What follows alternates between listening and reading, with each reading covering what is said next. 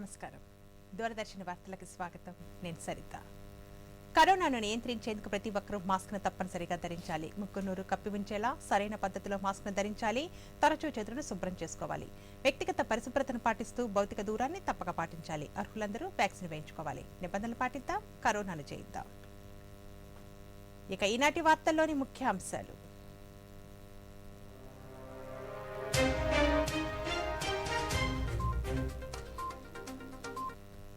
ప్రపంచ క్రీడా వేదికపై భారత్ సత్తా చాటుతోందన్న ప్రధాని. లక్నోలోని బాబు బెనారసి దాస్ స్పోర్ట్స్ కాంప్లెక్స్ లో 3వ Khelo India university games virtual గా ప్రారంభించిన నరేంద్ర మోదీ.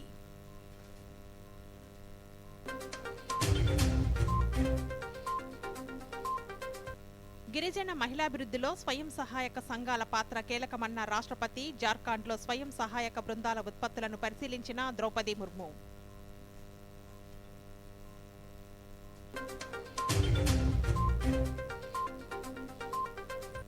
దేశాన్ని అన్ని రంగాల్లో అగ్రగామిగా నిలిపేందుకు కృషి చేస్తున్నామన్న ప్రధాని. ఉత్తరాఖండ్ వందే భారత్ రైలును వర్చువల్ విధానంలో ప్రారంభించిన మోదీ.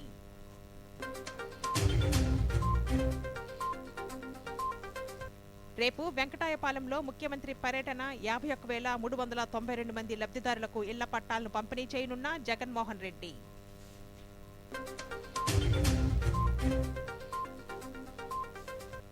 రైతు సంక్షేమం కోసం వ్యవసాయ రంగంలో విప్లవాత్మక మార్పులు తీసుకువచ్చాం. రాష్ట్ర సాంఘిక సంక్షేమ శాఖ మంత్రి మేరుగ నాగార్జున వెల్లడి.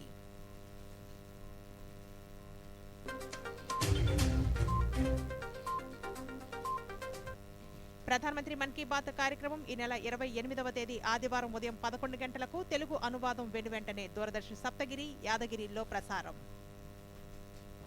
ఇక వార్తల వివరాలు. ఉత్తరప్రదేశ్ లక్నోలోని బాబు బనారసి దాస్ స్పోర్ట్స్ కాంప్లెక్స్ లో 3వ Khelo India university game ground opening కార్యక్రమం ప్రారంభమైంది. ప్రధాని నరేంద్ర మోదీ వీడియో కాన్ఫరెన్స్ ద్వారా ఈ గేమ్స్ ను ప్రారంభించారు. ఉత్తరప్రదేశ్ ముఖ్యమంత్రి యోగి ఆదిత్యనాథ్, కేంద్ర క్రీడా శాఖ మంత్రి అనురాగ్ సింగ్ ఠాకూర్ ఈ వేడుకకు హాజరయ్యారు. ఈ సందర్భంగా మోదీ మాట్లాడుతూ 9 ఏళ్లలో క్రీడల్లో నవయుగం ప్రారంభమైందన్నారు. ప్రపంచ క్రీడా వేదికపై భారత్ సత్తా చాటుతోందన్నారు. క్రీడలపై ఆసక్తి ఉన్నా ఆర్థిక స్తోమత లేకపోవడంతో క్రీడలకు దూరంగా ఉన్నవారు మా ప్రభుత్వం వచ్చిన తరువాత క్రీడాకారులుగా దేశం పేరు నిలుపుతున్నారన్నారు. క్రీడల్లో ప్రతిభ కనబరిచిన వారి భవిష్యత్తుని దేశం ప్రోత్సాహం అందిస్తోందన్నారు. ఖేలో ఇండియా యూనివర్సిటీ గేమ్లలో పాల్గొనేందుకు వివిధ ప్రాంతాల నుండి పాల్గొంటున్న క్రీడాకారులకు ఉత్తరప్రదేశ్ స్వాగతం పలుకుతోందన్నారు.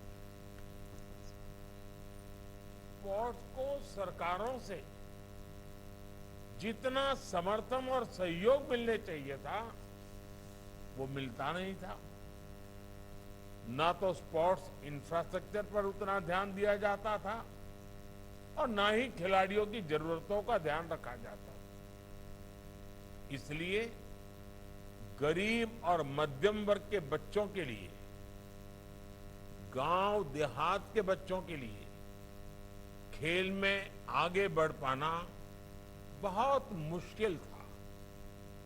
समाज में ये भावना बढ़ती जा रही थी कि खेल तो सिर्फ खाली समय बिताने के लिए होते हैं। ज्यादातर माता पिता को भी लगने लगा कि बच्चे को उस प्रोफेशन में जाना चाहिए जिससे उसकी लाइफ सेटल हो जाए। कभी कभी मैं सोचता हूं कि सेटल हो जाने वाली मानसिकता की वजह से न जाने कितने महान खिलाड़ी देश ने खो दिए होंगे। लेकिन आज मुझे खुशी है कि खेलों को लेकर माता पिता और समाज के दृष्टिकोण में बहुत बड़ा बदलाव आया है। जीवन में आगे बढ़ने के लिए खेल को एक एट्रैक्टिव प्रोफेशन के तौर पर देखा जाने लगा है। खेलों के दौरान हुआ घोटाला था। जो खेल प्रतियोगिता विश्व में भारत की धाक जमाने के काम आ सकती थी, से समाज प्रेरणा लेता है। इसलिए आप सभी युवा साथियों को अपने खेल में इन बातों का ध्यान जरूर रखना चाहिए। मुझे विश्वास है आप इन यूनिवर्सिटी गेम्स में खेलेंगे भी और खिलेंगे भी।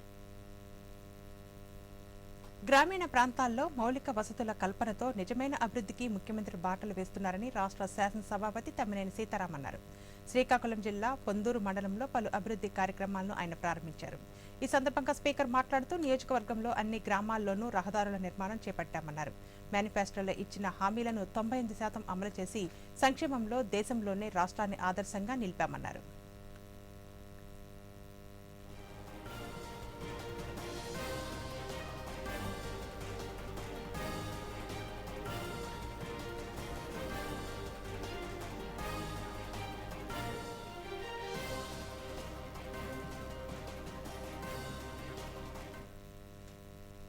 రహదారి భద్రత సమిష్టి బాధ్యతని, సంస్థలు సమిష్టిగా పనిచేస్తే మంచి ఫలితాలు సాధించగలమని భద్రతా authority chairman KRM Kishore Kumar అన్నారు. విశాఖపట్నం చెన్నై ఇండస్ట్రియల్ కారిడార్ అభివృద్ధి ప్రోగ్రాం ఆధ్వర్యంలో ఏలూరులో జరిగిన వర్క్షాప్లో ఆయన పాల్గొన్నారు. అనంతరం ఆయన మీడియాతో మాట్లాడుతూ రాష్ట్ర రహదారులపై జరిగే ప్రమాదాలు వాటి తీవ్రతను బట్టి లెక్కించబడతాయన్నారు. 220 కిలోమీటర్ల దూరంలోని 3 హైవేలను డెమో కారిడార్స్గా గుర్తించామని, ఈ కారిడార్స్లో భద్రతను పటిష్టం చేసేలా చర్యలు తీసుకుంటున్నామన్నారు. స్టేట్లోనే నేషనల్ హైవేస్ మినహా దాన్ని వదిలి చూస్తే స్టేట్ హైవేస్లో ఈ ఏలూరు, జంగారెడ్డిగూడెం, నరసాపురం, అశ్వరాపేట ఎక్కువ యాక్సిడెంట్స్ ఉన్నాయని వారు అనలైజ్ చేసి దాంట్లో ఫిజికల్గా వారు ఈచ్ స్పాట్ బ్లాక్ స్పాట్స్ని విజిట్ చేసి దానికి ఏ విధమైన రెమిడియల్ మెషర్స్ తీసుకోవాలి అన్న దాని గురించి స్టడీ చేశారు. అది ఇక్కడ ఉన్న లైన్ డిపార్ట్మెంట్స్ అందరికీ తెలియపరచాలి. వారు డిపార్ట్మెంట్లో ట్రాన్స్పోర్ట్ డిపార్ట్మెంట్ నుంచి, పోలీస్ డిపార్ట్మెంట్ నుంచి, తర్వాత ఇంజనీరింగ్ నుంచి, రోడ్ డెవలప్మెంట్ కార్పొరేషన్ నుంచి అందరూ వచ్చారు. ఆ రిపోర్ట్ షేర్ చేయటము, దాని గురించి డిస్కస్ చేయడం జరిగింది. అది కూడా గవర్నమెంట్కి సబ్మిట్ చేయడం జరుగుతుంది. రోడ్ సైడ్ మాన్యువల్ అనేది కూడా ప్రిపేర్ చేస్తున్నారు. My feeling is industries department particularly దాన్ని సక్రమంగా ఉపయోగించుకుని ఒక మంచి ఎఫర్ట్స్ చేశారు. అది ప్రజలకు తీసుకెళ్ళాలి అని ఈరోజు ఈ వర్క్షాప్ జరిగింది. స్వయం సహాయక సంఘాలలో చురుకైన భాగస్వామ్యం ప్రదర్శించడం ద్వారా గిరిజన మహిళలు కొత్త విజయగాథలను రూపొందించారని రాష్ట్రపతి ద్రౌపది ముర్ము ప్రశంసించారు. 2వ రోజు జార్ఖండ్ పర్యటనలో ఉన్న రాష్ట్రపతి కుంటీలో జరిగిన వ్యవహారాల మంత్రిత్వ శాఖ నిర్వహించిన సదస్సులో పాల్గొన్నారు. గిరిజన మహిళా స్వయం సహాయక బృందాలను కలుసుకున్నారు. బృందాలు అటవీ ఉత్పత్తులతో తయారు చేసిన ఉత్పత్తులను ప్రదర్శించే వివిధ స్టాల్స్లను రాష్ట్రపతి సందర్శించారు. మహిళలు ఆత్మనిర్భర్ నిజమైన భావాన్ని సాధించారన్నారు. बहुत सारे चीजें सरकार द्वारा, टेक्नोलॉजी द्वारा, ट्रेनिंग द्वारा उनको सिखाया जाता है और कुछ रुपया महिलाओं के पास केवल धान के अलावा या फॉरेस्ट प्रोडक्ट के अलावा और कुछ भी नहीं था. लेकिन आज महिलाएं केवल धान खेती के ऊपर निर्भर नहीं करते. आज सरकार जो महिला समूह बनाए हैं, ये आदिवासी बहुल राज्य है. 26% आदिवासी इस राज्य में है, उसका 50% आप बोले तो मुझे लगता है 1 करोड़ से ज्यादा आदिवासी रहते हैं इस झारखंड में, लेकिन आधा है महिलाएं. ये महिला सशक्त है. सभी देशवासियों की ओर से मैं भगवान बिरसा की जन्मस्थली तथा क्रांतिकारियों की बलिदान स्थली खूंटी के प्रति मैं नमन करती हूँ. ये पवित्र माटी की धरती के मिट्टी को मैं अपने सर में लगाना चाहती हूँ. मुझे ఉత్తరాఖండ్ రాష్ట్ర అభివృద్ధికి కేంద్ర ప్రభుత్వం అధిక ప్రాధాన్యతనిస్తోందని ప్రధానమంత్రి నరేంద్ర మోదీ అన్నారు. ఉత్తరాఖండ్లో విద్యుదీకరణ చేసిన రైల్వే లైన్లను, డెహ్రాడూన్ నుండి ఢిల్లీకి రాకపోకలు సాగించే వందే భారత్ రైలును వీడియో కాన్ఫరెన్స్ ద్వారా ప్రధాని ప్రారంభించారు. అనంతరం ప్రధాని మాట్లాడుతూ దేశం అన్ని రంగాలలో అగ్రగామిగా నిలిపేందుకు ప్రణాళికాబద్ధంగా ముందుకు సాగుతున్నామన్నారు. అందులో భాగంగా ఉత్తరాఖండ్ రాష్ట్రంలో పర్యాటక రంగాన్ని పెద్ద ఎత్తున ప్రోత్సహిస్తున్నట్లు వివరించారు. వందే భారత్ రైలు వల్ల దేశ రాజధాని నుండి ఉత్తరాఖండ్కు వచ్చే పర్యాటకులకు ఎంతో ప్రయోజనకరంగా ఉంటుందన్నారు.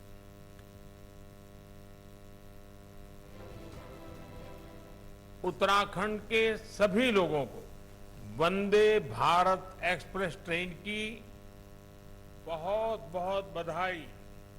दिल्ली और देहरादून के बीच चलने वाली ये ट्रेन देश की राजधानी को देवभूमि से और तेज गति से जोड़ेगी। वंदे भारत से दिल्ली देहरादून के बीच रेल सफर में अब समय भी काफी कम हो जाएगा। इस ट्रेन की गति तो अपनी जगह है ही, जो सुविधाएं हैं वो भी सफर को आनंददायक बनाने वाली है। आज पूरा विश्व भारत को बहुत उम्मीदों से देख रहा है। हम भारत के लोगों ने जिस तरह अपनी अर्थव्यवस्था को मजबूती दी है, जिस तरह हम गरीबी से लड़ रहे हैं, उसने पूरी दुनिया का विश्वास जगा दिया है। జపాన్, పపువా న్యూగినియా, ఆస్ట్రేలియా 3 దేశాల పర్యటనను విజయవంతంగా ముగించుకొని ప్రధానమంత్రి నరేంద్ర మోదీ ఈ ఉదయం ఢిల్లీ చేరుకున్నారు. బీజేపీ జాతీయ అధ్యక్షులు జేపీ నడ్డా, కేంద్ర మంత్రులు doctor yes Jaishankar, Meenakshi Lekhi, parliament సభ్యులు, ఎమ్మెల్యేలు, పార్టీ ఆఫీసు బేరర్లు, వందలాది మంది పార్టీ కార్యకర్తలు, ప్రజలు ఢిల్లీలోని పాలెం విమానాశ్రయంలో మోదీకి స్వాగతం పలికారు.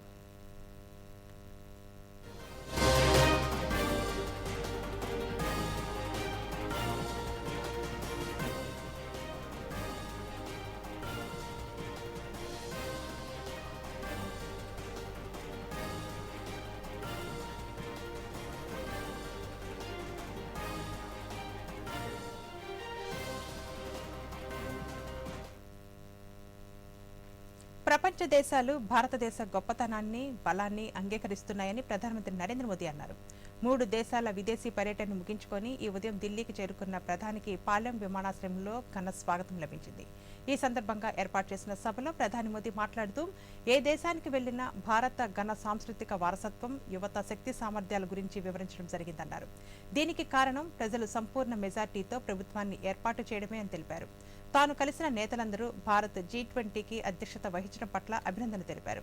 ప్రపంచాన్ని కరోనా మహమ్మారి చుట్టుముట్టినప్పుడు ఇతర దేశాలకు టీకాలను ఎందుకు అందించారని అడిగారని, బుద్ధుడు, గాంధీ నడయాడిన భూమిలో శత్రువుని సైతం ప్రేమిస్తామని వివరించానన్నారు. ఆస్ట్రేలియాలో జరిగిన భారతీయ సముదాయంతో జరిగిన సదస్సులో ఆ దేశ ప్రధానమంత్రితో సహా విపక్ష నేతలు కూడా పాల్గొనడం విదేశాల్లో భారతీయుల ప్రాముఖ్యతను తెలియజేస్తోందన్నారు. मेरे देश की महान संस्कृति का गौरवगान करते समय मैं आंखें नीचे नहीं करता, आंखें मिला करके दुनिया से बात करता। और ये सामर्थ्य क्यों आया है? ये सामर्थ्य इसलिए है क्योंकि हमारे देश ने पूर्ण बहुमत वाली सरकार बनाई है। आप सबने देश को पूर्ण बहुमत वाली सरकार बनाई, और जब पूर्ण बहुमत वाली सरकार का प्रतिनिधि विश्व के सामने जब कोई बात बताता है तो दुनिया ये विश्वास करती है कि ये अकेला नहीं बोल रहा है, 140 करोड़ लोग बोल रहे हैं। जब कोरोना कोविड के खिलाफ दुनिया लड़ रही थी, एक एक व्यक्ति को जिंदगी बचाने के लिए एक एक परिवार जूझ रहा था। संकट बड़ा गहरा था।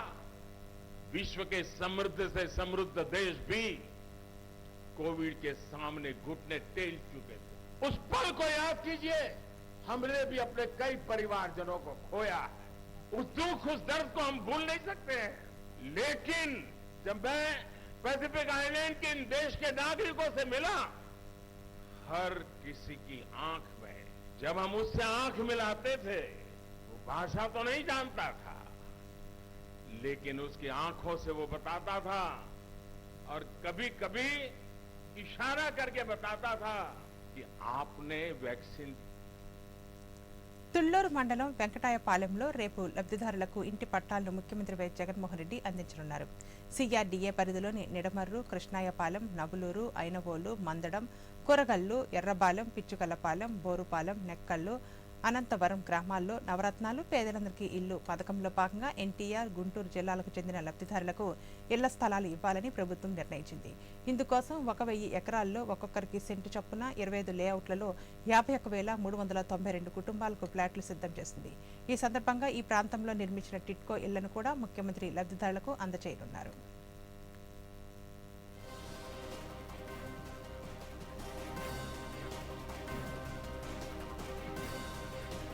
ప్రకృతి సోయగం జమ్మూలో టీటీడీ నూతనంగా నిర్మించిన శ్రీ వెంకటేశ్వర స్వామి వారి ఆలయ మహాసంప్రోక్షణకు ఆహ్వానిస్తూ టీటీడీ చైర్మన్ వైవి సుబ్బారెడ్డి ముఖ్యమంత్రిని కలిశారు. తాడేపల్లి ముఖ్యమంత్రి నివాసంలో ముఖ్యమంత్రిని కలిసి ఆహ్వాన పత్రికను అందించారు.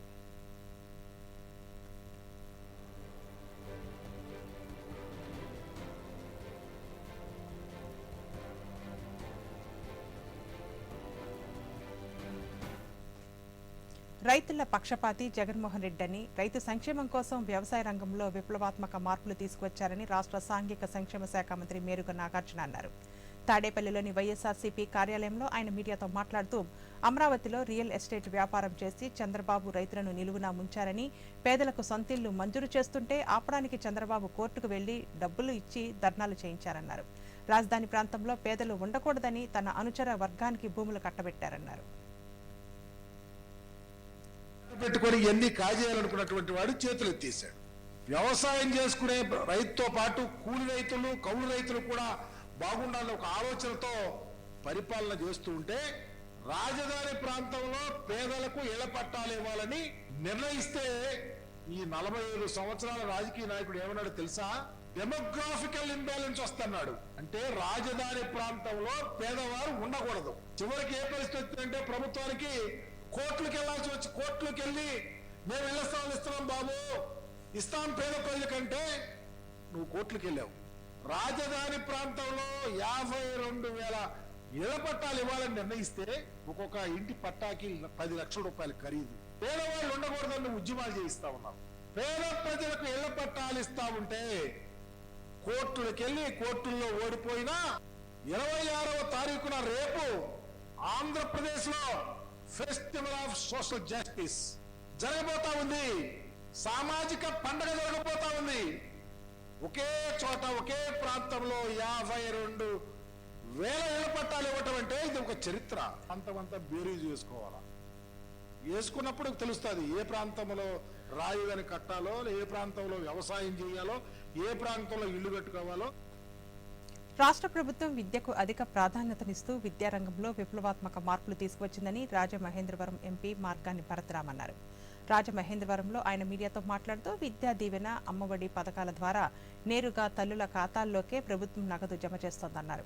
గత ప్రభుత్వం ఫీజు రియంబర్స్మెంట్లో వేల కోట్ల రూపాయలు బకాయిలు పెట్టడంతో విద్యార్థులు ఎన్నో ఇబ్బందులు పడ్డారని, ఇప్పుడు ఆ బకాయిలను కూడా ముఖ్యమంత్రి చెల్లిస్తున్నారన్నారు. జిల్లా పర్యటనలో భాగంగా నిన్న కొవ్వూరు నియోజకవర్గంలో జగనన్న విద్యా దీవెన కార్యక్రమము ఎంతో అట్టహాసంగా, మునుపెన్నడూ కూడా లేని విధంగా కార్యక్రమాలు. గతంలో ఫీజు రియంబర్స్మెంట్ చేసేవారు. జగనన్న విద్యా దీవెన అని చెప్పి అమ్మఒడి అని ఈ 2 కార్యక్రమాలు నేరుగా తల్లుల ఖాతాల్లో డబ్బులు వేస్తా ఉంటే విద్య ఏ రకంగా ఉంది వాళ్ళు పూర్తిగా వాళ్ళ పర్యవేక్షణలో వారు గమనించి వాళ్ళు కాలేజ్ ఫీజులు కడతా ఉన్నారు. మరి ఇది కదా ఒక రియల్ విప్లవం అంటే, రియల్ ఎడ్యుకేషన్ ఏ రకంగా జరుగుతుంది అనేది. ఇప్పుడు గతంలో గవర్నమెంట్ డబ్బులు ఇస్తారో లేదో తెలియదు, మాకు డబ్బులు రాలేదని క్వాలిటీ ఎడ్యుకేషన్ జరిగేది కాదు. మరి ఇవాళ మొత్తం పూర్తిగా సమూలంగా మార్పు తీసుకొస్తూ మరి ముఖ్యమంత్రి గారు శ్రీకారం చుట్టారు. ఇప్పటికే సుమారుగా 14,000 కోట్ల రూపాయలు ఈ ఫీజు రియంబర్స్మెంట్ల ద్వారా ప్రభుత్వము తల్లిదండ్రుల ఖాతాల్లో జమ చేసిన సందర్భం. మరి నిన్న పిల్లలందరూ కూడా ఎంతో ఉత్సాహంగా పార్టిసిపేట్ చేసి ముఖ్యమంత్రి గారికి సంబోధిస్తూ, జగన్ అన్న అని సంబోధిస్తూ మరి ఒక ఫ్యామిలీ అటాచ్మెంట్ ఉండే విధంగా నిన్న జరిగిన కార్యక్రమం. 98.4% హామీలన్నీ కూడా మేము మేనిఫెస్టోలు. ప్రభుత్వం అమలు చేస్తున్న సంక్షేమ పథకాలను అర్హులకు అందించడంలో, గడప గడపకు సంక్షేమాన్ని చేర్చడంలో వాలంటీర్ల సేవలు కొనియాడదగినవని నెల్లూరు పార్లమెంటు సభ్యులు ఆదాల ప్రభాకర్ రెడ్డి అన్నారు.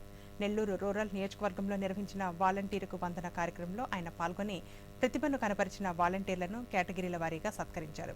అనంతరం ఆయన మాట్లాడుతూ వాలంటీర్లు వృద్ధి నిబద్ధతను చూపించడం ద్వారా సమాజానికి ఎనలేని మేలు జరిగిందని, వాలంటీర్ వ్యవస్థ విజయవంతంగా పనిచేస్తూ మంచి ఫలితాలు సాధిస్తోందన్నారు. ప్రధానం ప్రభుత్వానికి ఇటు ప్రజలకి అనుసంధానంగా అనేక రకాలైన సేవలు పేదవాళ్ళ ఇళ్ల దగ్గరికి పోయి చేయడం అనేది అద్భుతమైన కార్యక్రమం. ఈ కార్యక్రమం వల్ల పేద ప్రజలందరూ కూడా ఎంతో సుఖశాంతులతో ఆనందంగా ఉన్నారు. ఈ కార్యక్రమాలు అమలు చేసినందుకు వారిని మనస్ఫూర్తిగా నియోజకవర్గం తరఫున అభినందిస్తూ ఉన్నాం. తిరుపతిలోని స్విమ్స్ ఆసుపత్రి ఆవరణలో శ్రీ బాలాజీ ఆంకాలజీ భవనానికి టీటీడీ చైర్మన్ వైవి సుబ్బారెడ్డి శంకుస్థాపన చేశారు. ఈ సందర్భంగా ఆయన మీడియాతో మాట్లాడుతూ క్యాన్సర్ వ్యాధికి మెరుగైన చికిత్సను అందించేలా అత్యాధునిక వసతులతో ఆంకాలజీ భవన నిర్మాణం చేపట్టామని 124 కోట్ల రూపాయలతో Shri Balaji institute of cancer oncology hospital నిర్మాణం జరుగుతోందన్నారు. తిరుమలలో రోడ్డు ప్రమాదాలు జరగకుండా పటిష్ట చర్యలు తీసుకుంటున్నట్లు ఆయన పేర్కొన్నారు. ఉండటం కోసం ఇంకా స్ట్రాంగ్ గా ఉండే క్రాస్ బార్, మెరుగైన స్టీల్ రీఇన్ఫోర్స్ చేసిన క్రాస్ బార్ నిర్మాణం చేయటమే కాకుండా వాల్ కూడా కాంక్రీట్ వాల్ నిర్మాణం చేపట్టే విధంగా చర్యలు తీసుకోవాలని ఇంజనీరింగ్ అధికారులకు ఆదేశాలు పెట్టింది. ఈ చర్యల వల్ల తప్పకుండా రాబోయే రోజుల్లో ఇటువంటి సంఘటనలు మళ్ళా పునరావృతం కాకుండా జరగకుండా ఈశాన్య ప్రాంత ప్రజలతో పాటు చుట్టుపక్కల ఉన్న ఇతర దేశాల విద్యార్థులకు సైతం ఫోరెన్సిక్ విద్య అందుబాటులోనికి రానుందని కేంద్ర హోంమంత్రి అమిత్ షా అన్నారు. ఈ రోజు గౌహతిలో సుమారు 300 కోట్ల రూపాయలతో నిర్మించనున్న నేషనల్ ఫోరెన్సిక్ సైన్స్ విశ్వవిద్యాలయానికి మంత్రి శంకుస్థాపన చేశారు. ఈ సందర్భంగా అమిత్ షా మాట్లాడుతూ అనేక దేశాలతో ఫోరెన్సిక్ అంశాలపై పలు అవగాహన ఒప్పందాలు కుదుర్చుకున్నట్లు తెలిపారు. ఈ యూనివర్సిటీలో cyber security, digital forensic, artificial intelligence, DNA, పర్యావరణ, వ్యవసాయ ఫోరెన్సిక్స్ కోర్సులు అందుబాటులో ఉంటాయని మంత్రి పేర్కొన్నారు. प्रधानमंत्री बनाया है, मगर एक कांग्रेस पार्टी और उनका राज परिवार प्रधानमंत्री जी को स्वीकारने के लिए 9 साल तक तैयार नहीं। पूरे देश की जनता चाहती है कि नए भारत के निर्माण में लोकतंत्र का मंदिर भी नया बने, नई संसद के अंदर नए भारत की रचना के लिए मनन हो, चिंतन हो, चर्चा हो। और अगले चुनाव में जब मैंडेट लेने जाएंगे, इस पक्ष विपक्ष का स्टेटस चला गया है, अगले बार इतनी भी सीटें नहीं आएगी और मोदी जी 300 से ज्यादा सीटों के साथ देश के प्रधानमंत्री बनकर तीसरी बार आए। भारतीय जनता पार्टी, आसाम गण परिषद और हमारी बोडोलैंड वाली पार्टी के साथी दलों की ये बहुत बड़ी उपलब्धि है। मैं आज हेमंत जी, भारतीय जनता पार्टी की पूरी टीम और एनडीए के सभी साथियों को बहुत భారతదేశ సంస్కృతి సాంప్రదాయాలు ఎంతో ఉత్తమమైనవని కేంద్ర ఆర్థిక మంత్రి నిర్మలా సీతారామన్ అన్నారు. చెన్నైలో మంత్రి మీడియాతో మాట్లాడుతూ దేశానికి స్వాతంత్ర్యం సిద్ధించే సమయంలో కూడా పూర్వీకులు మన ఆచార వ్యవహారాలను తప్పనిసరిగా పాటించారన్నారు. అందులో భాగంగానే అధికార మార్పిడి కార్యక్రమం కోసం పవిత్ర సెంగోల్కు రూపకల్పన చేశారన్నారు. ఈ దండం భారతీయ చోళ చక్రవర్తుల అధికార మార్పిడి కోసం వినియోగించిన విధానంలో ఉందని అన్నారు. ఈ దండం ప్రజాస్వామ్య దేవాలయం పార్లమెంట్లో కొలువుతీరుండడం ప్రతి ఒక్కరి గర్వకారణమని తెలిపారు. Being derived and put in the record. But however, if if I go by your question, you seem to be attributing to me, saying you are suggesting this. No, I'm not suggesting it. The entire research background will show to you that it is not just through handshakes that power is exchanged. There are certain absolutely important binational characteristic events which happen. Just as a matter of interest, I'd like to draw your attention to something else, for which of course you can go and search the source and see. The very same Prayagraj, which is known for the Sangam, for the 3 rivers there, was also used as the site when, after the East India Company's time was over and Queen Victoria proclaims that India is part of her kingdom, the declaration or the proclamation that British Raj has now taken. ప్రధానమంత్రి నరేంద్ర మోదీ చేతుల మీదుగా ఈ నెల 28వ తేదీన ప్రారంభించనున్న నూతన parliament భవనం ఎన్నో విశేషాలతో కూడి ఉంటుందని కేంద్ర పర్యాటక శాఖ మంత్రి జి కిషన్ రెడ్డి అన్నారు. స్వాతంత్ర సమయంలో అధికార మార్పిడి కోసం ఉపయోగించిన పవిత్ర సెంగోల్కు సంబంధించిన సినిమాను ప్రజలకు అందుబాటులో ఉంచినట్లు ట్విట్టర్లో తెలిపారు.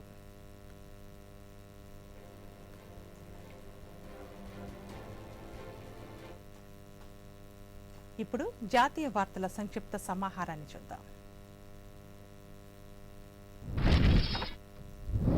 న్యాయస్థానాలు ఇచ్చిన తీర్పులు కొన్ని సందర్భాల్లో అమలు కాకపోవడంపై భారత రాష్ట్రపతి ద్రౌపది ముర్ము ఆవేదనను వ్యక్తం చేశారు. 165 ఎకరాల్లో నిర్మించిన జార్ఖండ్ కొత్త హైకోర్టు భవనాన్ని రాష్ట్రపతి ప్రారంభించారు. ఈ సందర్భంగా ముర్ము మాట్లాడుతూ, అనుకూలంగా తీర్పు వచ్చినా కొన్ని సందర్భాల్లో ఆ సంతోషం ప్రజల్లో ఎక్కువసేపు ఉండటం లేదు. ఇందుకు కారణం కోర్టు ఉత్తర్వులు అమలు కాకపోవడమే అన్నారు. దీంతో చాలా మంది పౌరులకు న్యాయం చేరటం లేదు. దీనిపై అందరూ ఆలోచించాలని, కొత్త మార్గాలను అన్వేషించాలని సూచించారు. మహారాష్ట్ర మాజీ ముఖ్యమంత్రి, లోక్సభ మాజీ స్పీకర్ మనోహర్ జోషి తీవ్ర అస్వస్థతకు గురయ్యారు. మెదడులో రక్తస్రావం కావడంతో ఈ నెల 22న ముంబైలోని పీడీ హిందూజా ఆసుపత్రిలో చేర్చారు. ప్రస్తుతం ఆయన పరిస్థితి విషమంగా ఉన్నట్లు వైద్యులు తెలియజేశారు. శివసేన ఆవిర్భావం నుంచి జోషి ఆ పార్టీ సభ్యుడిగా ఉన్నారు. మహారాష్ట్రలో 1995 మార్చిలో ఏర్పడిన భాజపా శివసేన సంకీర్ణ ప్రభుత్వానికి నేతృత్వం వహించారు. శివసేన తరపున తొలి ముఖ్యమంత్రి అయ్యారు. ముంబై మేయర్గా, శాసనసభలో ప్రతిపక్ష నాయకుడిగా, వాజ్పేయి ప్రభుత్వంలో కేంద్ర భారీ పరిశ్రమల మంత్రిగా జోషి బాధ్యతల్ని స్వీకరించారు. అయోధ్యలో విమానాశ్రయం, రైల్వే స్టేషన్ల విస్తరణ పనులతో సహా అన్ని రకాల మౌలిక సదుపాయాల కల్పన చర్యలను ఉత్తరప్రదేశ్ ప్రభుత్వం వేగవంతం చేసింది. వచ్చే జనవరిలో రామమందిరాన్ని ప్రారంభించనున్న నేపథ్యంలో ఈ పనులను పరుగులు పెట్టిస్తోంది. ఈ క్రమంలో సహజత్గంజ్ నుంచి నయాఘాట్కు 13 కిలోమీటర్ల మేర నిర్మిస్తున్న రాంపథ్ పనులు శరవేగంగా సాగుతున్నాయి. రామ్ జానకి పథ్, భక్తి పథుల నిర్మాణానికి సర్వం సన్నద్దమైంది. ఈ మేరకు లక్నోలో విడుదల చేసిన ఒక ప్రకటనలో అధికారులు తెలియజేశారు. ఈ రహదారులన్నీ రామజన్మభూమి, హనుమాన్ గడీలకు వచ్చే భక్తులకు సౌకర్యవంతంగా ఉంటాయని అందులో వివరించారు. విద్యుత్ ప్రాజెక్టులో పనిచేసే కార్మికులతో వెళ్తున్న వాహనం లోయలోకి పల్టీలు కొట్టడంతో 7గురు మరణించిన ఘటన జమ్మూ కాశ్మీర్లో చోటు చేసుకుంది. కిష్ట్వార్ జిల్లాలోని దచన్ సమీపంలో దాంగ్దూరు విద్యుత్ ప్రాజెక్టు దగ్గరలో ఈ ప్రమాదం జరిగింది. భారీ వర్షం పడుతూ ఉండటంతో డ్రైవర్కు సరిగ్గా కనిపించకపోవడంతో కొండ మలుపులో వాహనం అదుపు తప్పింది. దీంతో కొండ నుంచి 100 మీటర్ల లోయలోకి వాహనం పల్టీ కొట్టి పూర్తిగా ధ్వంసమైంది. ఈ ఘటనలో 2 జార్ఖండ్ కార్మికులు సహా 7గురు మరణించారు. తీవ్రంగా గాయపడిన 3గురిని ఆసుపత్రికి తరలించి చికిత్సను అందిస్తున్నారు. ఘటనపై జమ్మూ కాశ్మీర్ లెఫ్టినెంట్ గవర్నర్ మనోజ్ సిన్హా, కేంద్ర మంత్రి జితేంద్ర సింగ్ సహా పలు పార్టీలు, నేతలు ప్రగాఢ సానుభూతిని వ్యక్తం చేశారు. ప్రధానమంత్రి నరేంద్ర మోదీ తన మనసులోని భావాలను దేశ ప్రజలతో పంచుకునే మన్ కీ బాత్ 101వ సంచిక ఈ నెల 28వ తేదీ ఆదివారం ఉదయం 11 గంటలకు ప్రసారమవుతుంది. ప్రజలు తమ అభిప్రాయాలను నమో యాప్ ద్వారా కానీ, స్వర సందేశాలనైతే 1800117800 నెంబర్కు ఈ నెల 26వ తేదీలోపు పంపవచ్చు. అలాగే www.mygov.in వెబ్సైట్ ద్వారా కానీ 1922 నెంబర్కు మిస్డ్ కాల్ ఇవ్వడం ద్వారా తిరిగి మన మొబైల్కి వచ్చే సంక్షిప్త సందేశంలోని లింక్ ద్వారా కూడా అభిప్రాయాలను తెలియజేయవచ్చు. ఆకాశవాణి సమన్వయంతో దూరదర్శన్ ఛానల్ మన్ కీ బాత్ కార్యక్రమాన్ని ప్రసారం చేస్తాయి. ఈ కార్యక్రమ తెలుగు అనువాదం వెనువెంటనే దూరదర్శన్ సప్తగిరి, యాదగిరిలో ప్రసారమవుతుంది.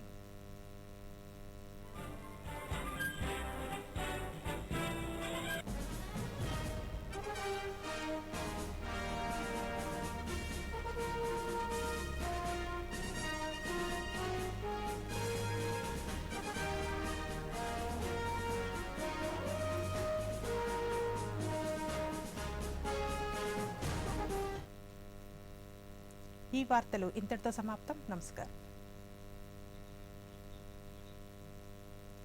దేశీయ స్టాక్ మార్కెట్ సూచీలు లాభాలతో ముగిశాయి. రోజంతా తీవ్ర ఒడిదుడుకుల మధ్య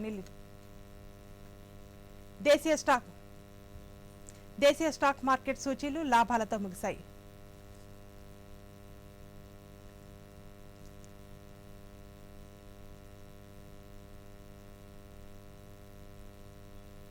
దేశీయ స్టాక్ మార్కెట్ సూచీలు లాభాలతో ముగిశాయి. రోజంతా తీవ్ర ఒడిదుడుకుల మధ్య చెల్లించిన సూచీలు చివరలో కొనుగోళ్ల మద్దతుతో పుంజుకున్నాయి. ఉదయం సెన్సెక్స్ 61,706 పాయింట్ల దగ్గరగా ఫ్లాట్గా ప్రారంభమైన 98.84 పాయింట్ల లాభంతో 61,872 పాయింట్ల వద్ద స్థిరపడింది. నిఫ్టీ 18,268 దగ్గర ప్రారంభమై 35.75 పాయింట్ల లాభపడి 18,321 వద్ద ముగిసింది. మార్కెట్లు ముగిసే సమయానికి డాలర్తో పోలిస్తే రూపాయి మార్గం విలువ 82.73 ఉంది.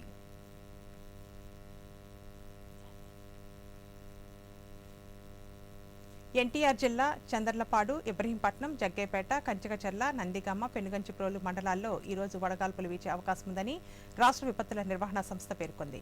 గుంటూరు జిల్లా గుంటూరు, దుగ్గిరాల, మంగళగిరి, మేడికొండూరు, పెదకాకాని, తాడేపల్లి, తాడికొండ, తుళ్లూరు, పల్నాడు జిల్లా అమరావతి, అచ్చంపేట, పెదకూరపాడు మండలాల్లో కూడా వడగాల్పులు వీచే అవకాశం ఉందని విపత్తుల నిర్వహణ సంస్థ మేనేజింగ్ డైరెక్టర్ బిఆర్ అంబేద్కర్ తెలిపారు.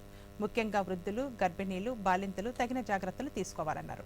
ప్రయాణాల్లో ఉన్నవారు తప్పనిసరిగా జాగ్రత్తలు పాటించాలని ఆయన సూచించారు. మరోవైపు ద్రోణి ప్రభావం వల్ల ఉభయ గోదావరి, కోనసీమ జిల్లాల్లో అక్కడక్కడ వర్షాలు పడే అవకాశం ఉందని తెలిపారు. ఈ వార్తలు ఇంతటితో సమాప్తం. నమస్కారం.